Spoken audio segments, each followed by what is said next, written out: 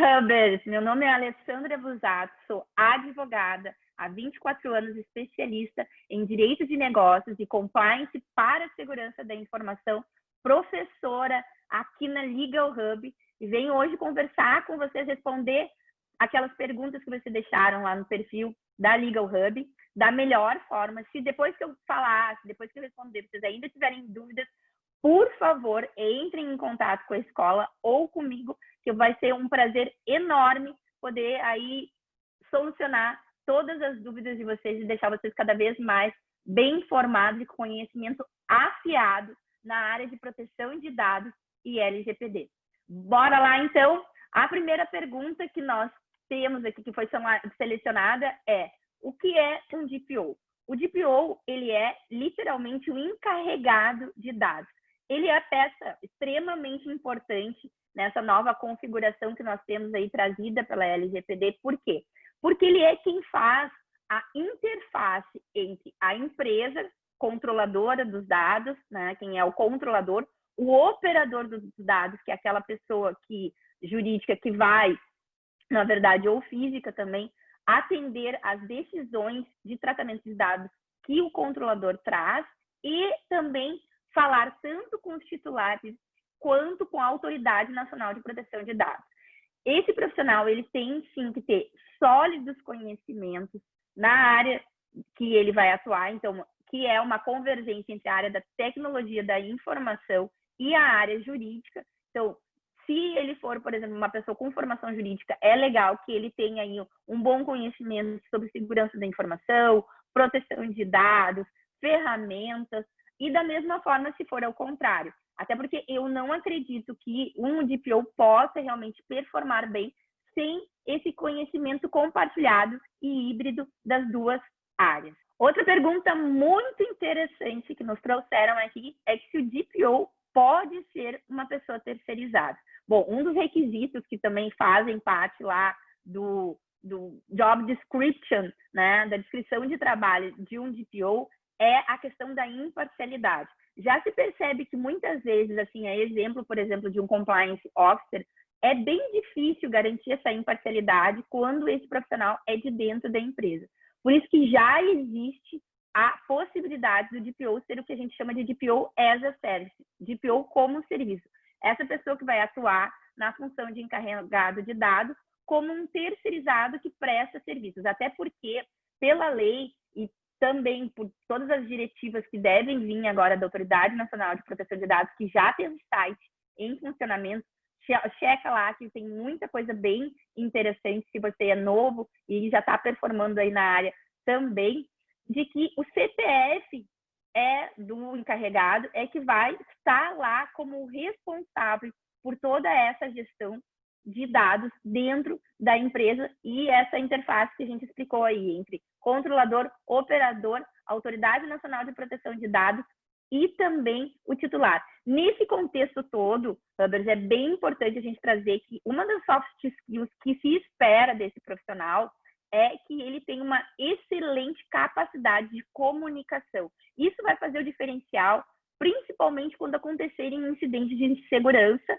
porque ele também vai ser o responsável por levar para a imprensa, além dos titulares, toda essa circunstância. Então, poder ter capacidade de lidar muito bem com pressão, lidar com pessoas e também ter excelente mecanismo de comunicação, saber entregar a mensagem de forma clara, de forma sucinta e limpa para o mercado. Uma pergunta muito interessante que vocês fizeram é: quais são as reais influências da LGPD na sociedade? Bom, nós já sabemos que essa questão da cultura da privacidade é algo novo no nosso país. A respeito também de outras coisas que nós temos que atualmente lidar e já lidamos há bastante tempo, como questões éticas, enfim. Então, a real influência na LGPD vai ser principalmente cultural. Eu vou entender que eu, na qualidade de titular de dados, somos todos titulares, porque todos nós temos relações em que nós compramos bens ou consumo de algumas empresas e pessoas também.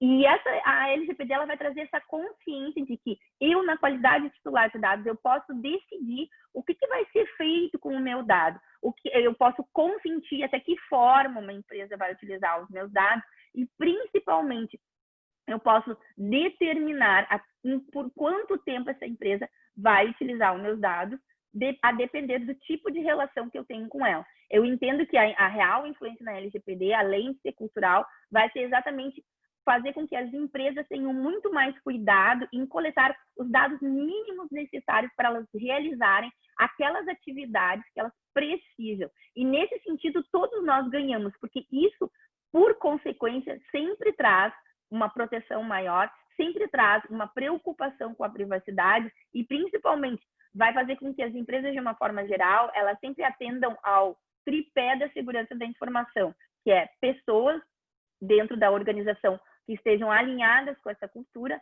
processos internos muito bem desenhados para que possam exatamente ser bem compreendidos pelas pessoas que fazem parte dessa empresa e ferramentas de segurança da informação que tragam aí cada vez maior credibilidade e principalmente cada vez maior segurança para aquilo que a empresa fizer. Outra pergunta muito interessante, aliás, vocês encheram o nosso perfil de perguntas interessantes, vocês estão de parabéns, muito obrigada pela contribuição de cada um, façam isso sempre, é um prazer para mim, para nós, para os outros professores também de proteção de dados, responder todas as perguntas de vocês, foi como realizar a exclusão dos dados pessoais. Bom, eu, na qualidade de titular, a depender da relação que eu mantenho com uma empresa, por exemplo, eu tenho sim o direito de pedir a exclusão dos meus dados da base dessa empresa. Então, a empresa vai ter que fazer isso de forma segura e, para isso, a área de tecnologia de informação tem mecanismos próprios de fazer, inclusive indicando a comprovação da exclusão. Então, se você conseguir fazer isso do seu banco de dados, deletando e comprovando isso, no caso de você ser uma empresa, isso de N formas, como, por exemplo, também um print, é algo que atende à lei. Só que, quando da exclusão, quando do pedido da exclusão de um titular, eu tenho sempre que lembrar que eu tenho backups, muitas vezes eu também salvo dados em nuvem e compartilho ele com terceiros.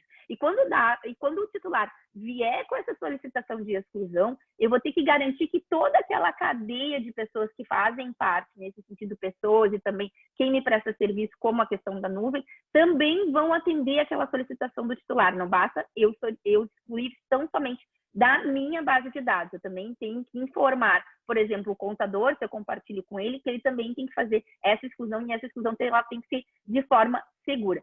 Além disso, uma questão bem importante aqui é que o artigo 16 da LGPD tem uma lista de séries de hipóteses em que a eliminação dos dados pessoais ela não precisa ser atendida. E os casos excepcionais são cumprimento de obrigação legal ou regulatória pelo controlador, que foi aquele que coletou os dados e que trata os dados, estudos por órgão de pesquisa, garantida sempre que possível a anonimização de dados pessoais e também o uso exclusivo do controlador, vedado o acesso ao terceiro, desde que os dados permaneçam nessa base anonimizados. Então, tão importante como entender como fazer, são também também compreender as hipóteses em que eu não estou obrigado a fazê-lo, que é essas que eu trouxe aqui para vocês.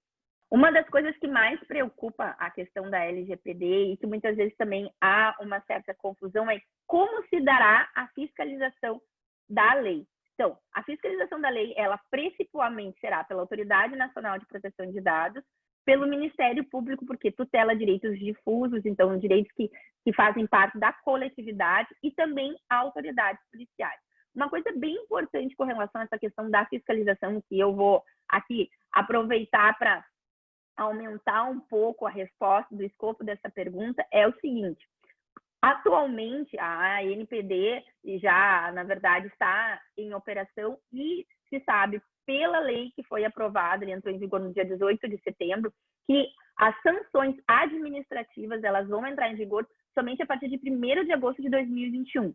Só que a lei já está em vigor, então o Judiciário já pode aplicar, o Ministério Público já pode entrar com ações com foco na LGPD, como já tem acontecido. A gente viu aí recentemente o caso da Serasa, com 2 produtos que fugiam totalmente do objeto da atividade principal da empresa, também estão, na verdade, eles não podem utilizar esses esses dois serviços, eles não podem prestar esses dois serviços, porque há uma coleta de dados que ela não está aí, pessoais, que ela não está em conformidade com a lei. Então, é bem importante a gente entender tudo isso, que a lei já está em vigor, já podem existir punições, multas judiciais em virtude disso, mas que, inclusive ações judiciais, mas que as sanções administrativas lá previstas a partir do artigo 25, que trata das competências da ANPD na LGPD, elas somente vão entrar em vigor, então, em 1º de agosto de 2021.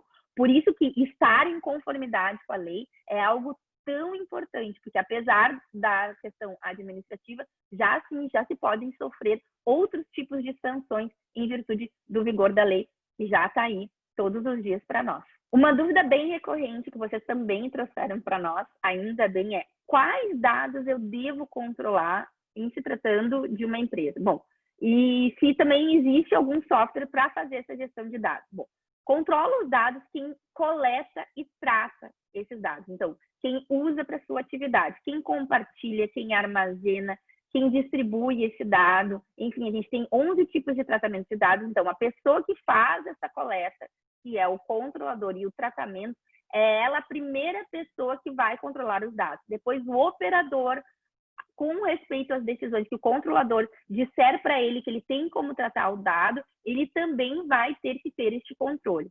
Existem alguns softwares no mercado de gestão de dados e com certeza surgirão outros. Eu ouso aqui dar até talvez uma ideia para quem esteja aí assistindo e seja da área de tecnologia de informação, que a gestão do consentimento vai ser algo que realmente vai ser necessário uma automatização, obviamente a depender do porte da empresa, porque vai facilitar em muito todos os controles, inclusive de solicitações de retificação, oposição, exclusão de dados pelos titulares, além de outras atualizações. Então, se você é da área de tecnologia de informação, por favor, pega aí essa ideia e desenvolve um software bem legal para nós, bem interessante, que vai ser realmente muito interessante. Vocês estão de parabéns pelas perguntas que vocês fizeram, e eu estou tendo aqui a honra de responder uma a uma. Falando aqui de e-commerce, que é uma das áreas que mais cresceu em meio a essa pandemia, e nós sabemos como, e tende a crescer ainda mais, a perspectiva de crescimento alto em 2021, foi feita a seguinte pergunta: uma simples anuência basta para dados como e-mail, nome, aniversário, cidade, dados padrões de e-commerce? Primeiro de tudo, não.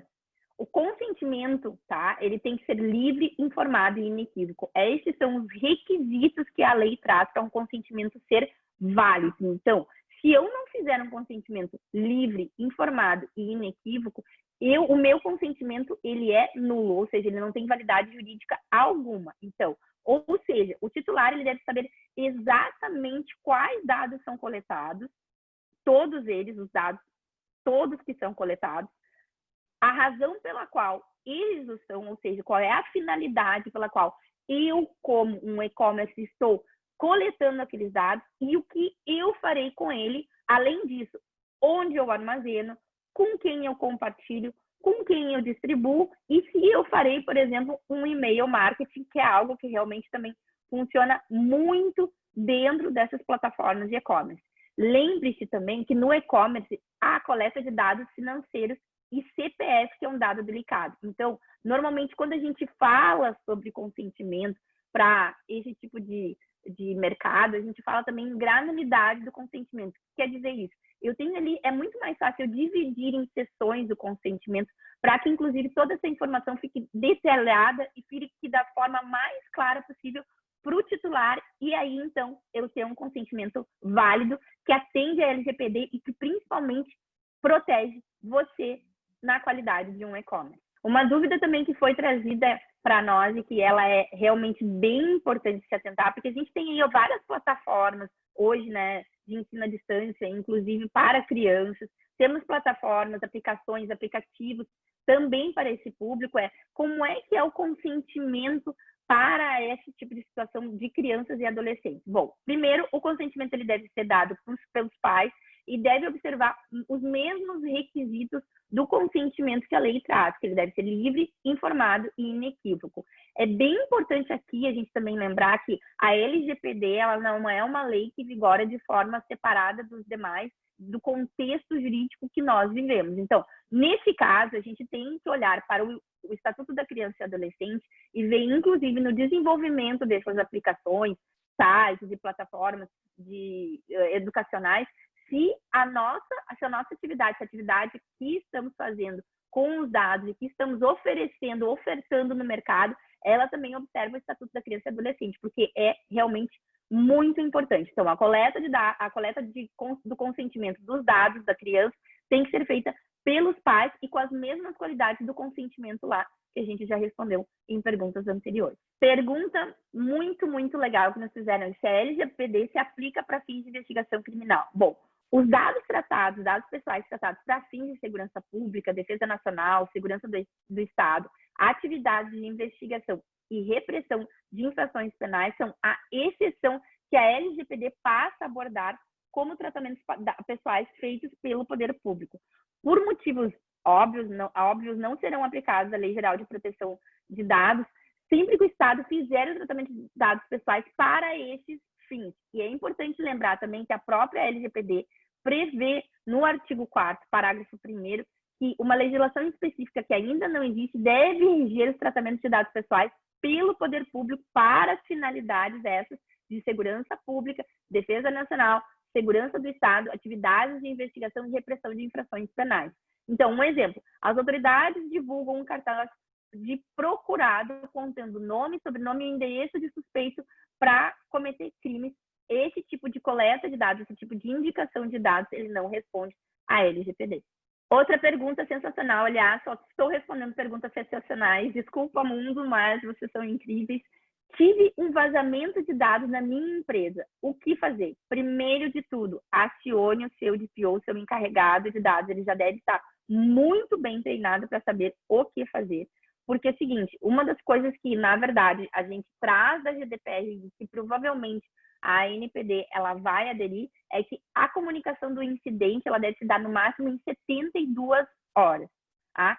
Verificar, nesse caso, também se o relatório de impactos de dados está atualizado. Isso aí é uma ferramenta que pode ser muito bem utilizada, inclusive para minorar a questão de responsabilidade, né, de indicar as salvaguardas que a empresa tomou em relação a todas as ferramentas que ela utiliza, inclusive muitas vezes fazendo pen tests, que são invasões, né, programadas de segurança no banco de dados, para saber o quanto esse banco de dados ele realmente é seguro, e ter o registro de tudo isso para demonstrar que tudo foi feito de acordo com as melhores práticas de segurança e governança de dados. Aliás, gente, governança de dados é também que se refere muito a co-irmã de compliance, ela está ali dentro da lei, no artigo 50, como uma das obrigações da empresa. Então, boas práticas tem que ser sempre, um norte em termos de gestão de dados dentro de uma empresa. Desdobrando a pergunta anterior, também foi feita uma mesma pergunta de quem teve os dados vazados. Primeiro de tudo, avisar a todos. Às vezes, a depender do volume de dados, do volume de titulares com quem a empresa tem um relacionamento comercial, fica realmente bem difícil ligar pessoa a pessoa, mas pode-se mandar e-mail, pode-se criar uma página na internet, um canal com telefone, né, uma hotline específica para se conversar com esses titulares que tiveram aí seus dados vazados. E como, por exemplo, na questão da empresa Prudential, né, que é uma empresa que também trabalha com seguros de vida, ela ofereceu um serviço de monitoramento de movimentações no cadastro de CPF das pessoas como uma forma de minorar o prejuízo que elas tiveram. Existem outras formas, muitas vezes, essa é uma das formas que normalmente as empresas mais têm utilizado, mas algumas outras, a depender do seu nicho de mercado, podem aí encontrar outras soluções. O mais importante nesse sentido é, primeiro, agir o mais rápido possível, dizendo para o mercado, apresentando no mercado, realmente houve uma falha de segurança, reforçar toda a segurança em termos de ferramenta da empresa e, principalmente, não tentar esconder isso, porque isso muitas vezes acaba fazendo com que haja uma demora muito grande na investigação do que aconteceu, se foi um ataque por ransomware, se foi algum ataque de hacker, enfim, e isso também prejudica a investigação do próprio incidente, e com certeza a empresa vai acabar tendo essa credibilidade ainda mais abalada. Hubbers, adorei esse momento de resposta às perguntas de vocês. Ainda vão surgir muitas, principalmente quando agora a Autoridade Nacional de Proteção de Dados começar a trazer normas, diretivas, enfim, vai ser realmente algo que vai suscitar alguns questionamentos. Vai ser muito legal sempre trocar essa ideia com vocês. Eu estou aqui totalmente à disposição e a gente se vê aí no próximo evento relativo à DPO, à proteção de dados e à privacidade. Contem sempre conosco, nós estamos aqui para todos aprender juntos ainda mais sobre isso. Até a próxima. Olá, pessoal. Meu nome é Gustavo Camargo, eu sou advogado e professor do Legal Hub. E hoje a gente vai bater um papo, né, e responder algumas perguntas que chegaram sobre a LGPD. Né? Terminar o ano falando de LGPD, eu acredito que é um dos assuntos mais comentados desse ano, um ano super atípico e que, além disso, trouxe a entrada em vigor da Lei Geral de Proteção de Dados.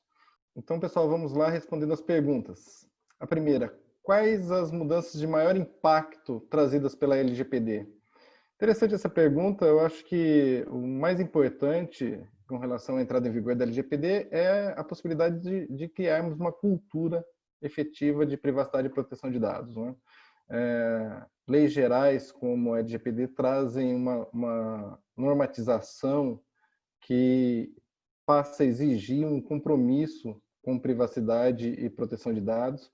Isso tem um efeito direto, né, de criar as circunstâncias legais em que o tratamento de dados pessoais é permitido, mas também cria a possibilidade de estabelecermos uma cultura, né, e inclusive um aumento da preocupação de todos os indivíduos com relação aos seus próprios dados pessoais. Então, eu acho que a grande mudança é a mudança cultural que a LGPD pode trazer. Acho que essa é a mudança fundamental.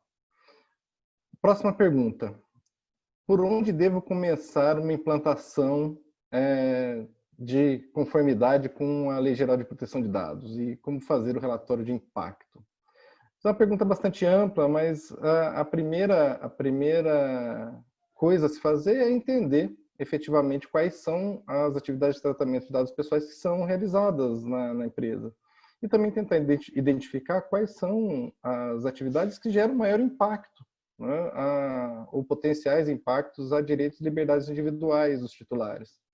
Então, só conhecendo as atividades de tratamento que a gente consegue identificar se elas são efetivamente lícitas, né, se elas ocorrem de maneira lícita, e como criar mecanismos para que elas possam ser seguras e também para que a empresa possa garantir o exercício de direito dos titulares, que é outro ponto bastante importante. Com relação ao relatório de impacto, ele precisa ser feito sempre que existir situações onde há riscos consideráveis a direitos e liberdades individuais. A LGPD fala em relatório de impacto também, principalmente quando se tem atividade de tratamento baseadas em legítimo interesse.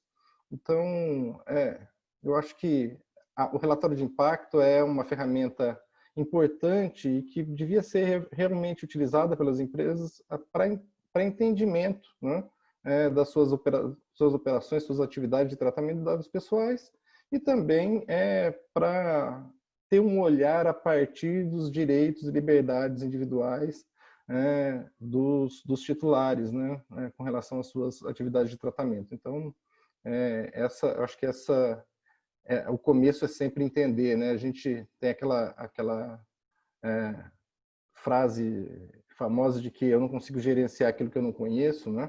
Então, eu também não consigo fazer implantação de conformidade com LGPD se eu não conhecer as atividades de tratamento. Ok?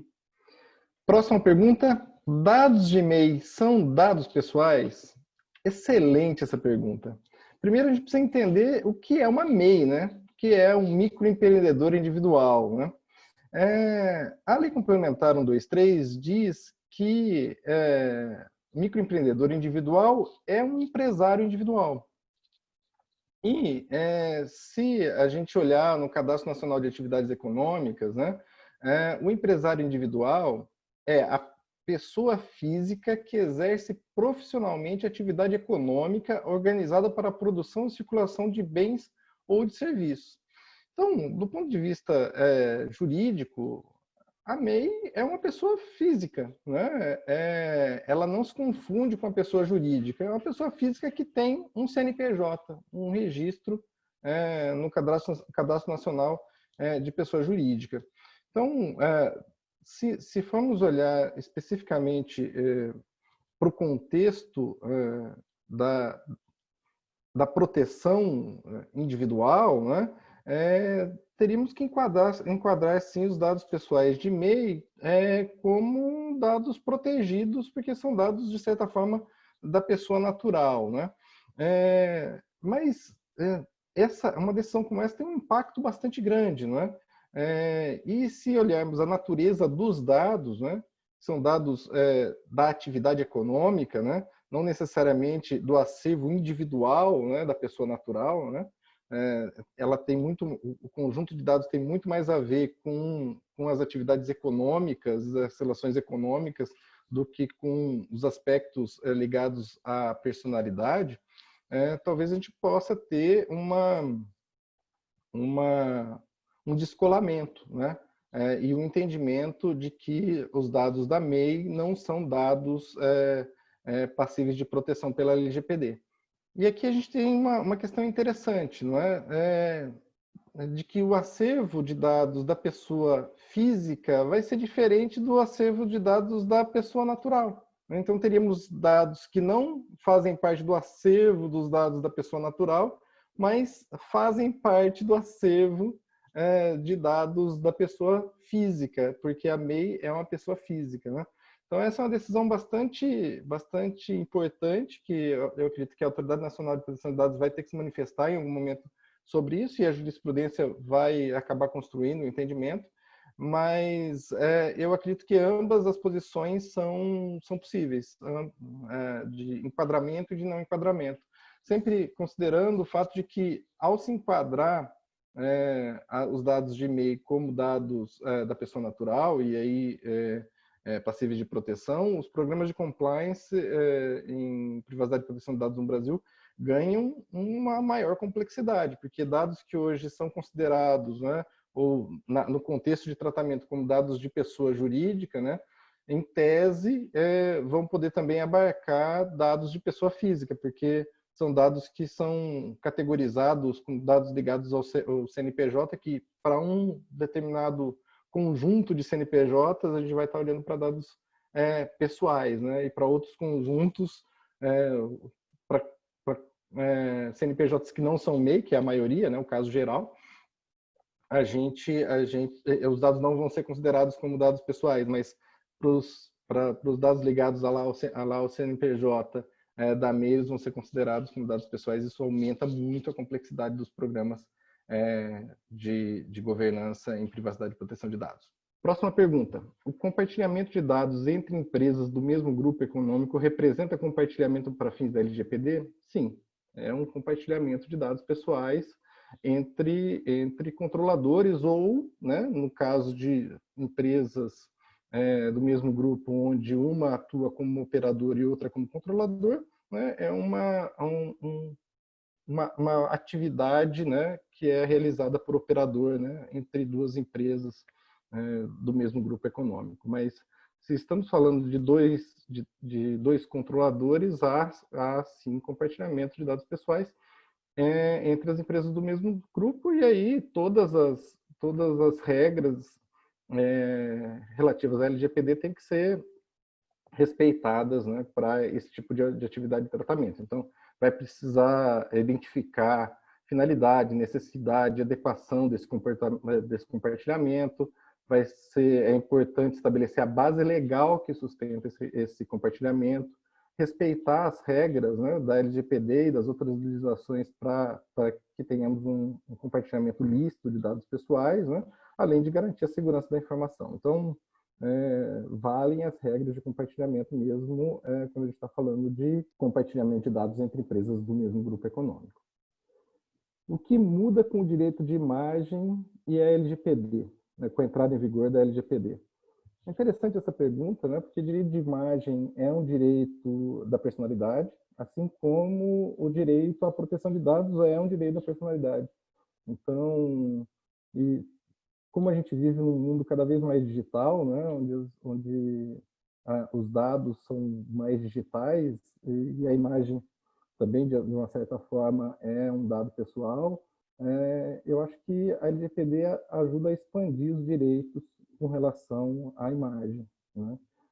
Mas a gente não pode esquecer que o direito de imagem tem também a sua normatização, né? A gente já tem uma grande quantidade de entendimentos ligados de imagem e vão continuar válidos, né? Então, eu acho que a LGPD vem para ampliar o espectro protetivo também da imagem.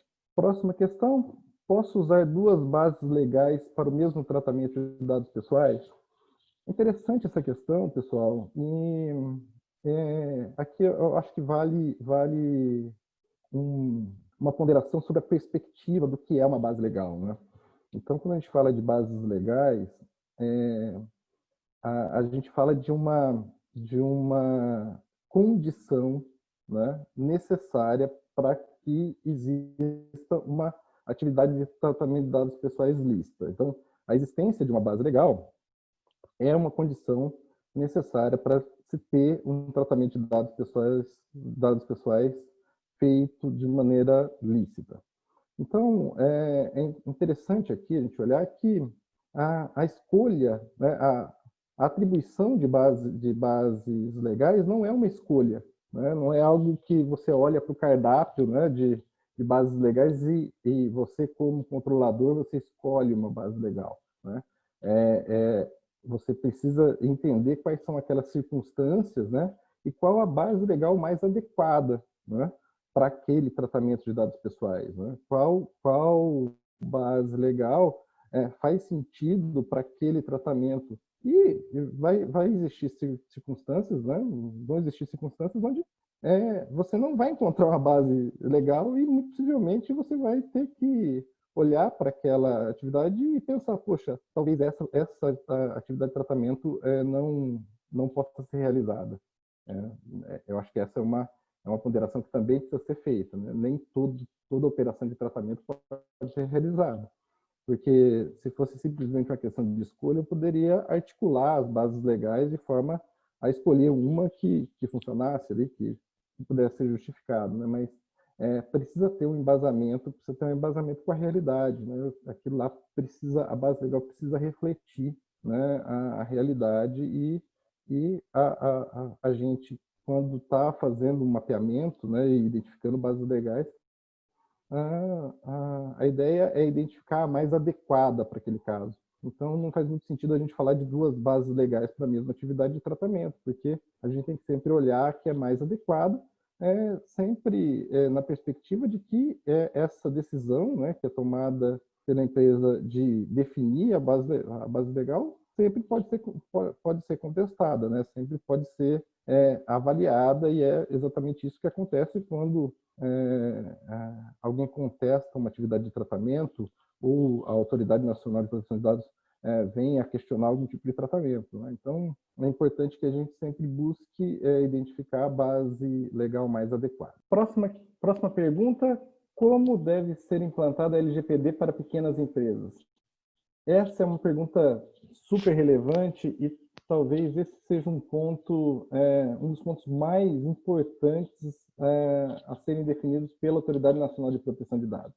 É sempre importante a gente lembrar que o artigo 55J, inciso 18, traz a seguinte redação: que é competência da ANPD editar normas, orientações e procedimentos simplificados e diferenciados, inclusive quanto aos prazos, para que microempresas, empresas de pequeno porte, bem como iniciativas empresariais de caráter incremental ou disruptivo, que se autodeclarem startups ou empresas de inovação, possam adequar-se a esta lei. Então, a ANPD vai ter um papel fundamental para definir quais são os procedimentos a serem adotados para pequenas empresas, pequenas e microempresas, né? Então, a orientação da ANPD é fundamental nesse momento. Então, eu acho que esse seria um ponto que a ANPD precisaria se pronunciar o quanto antes.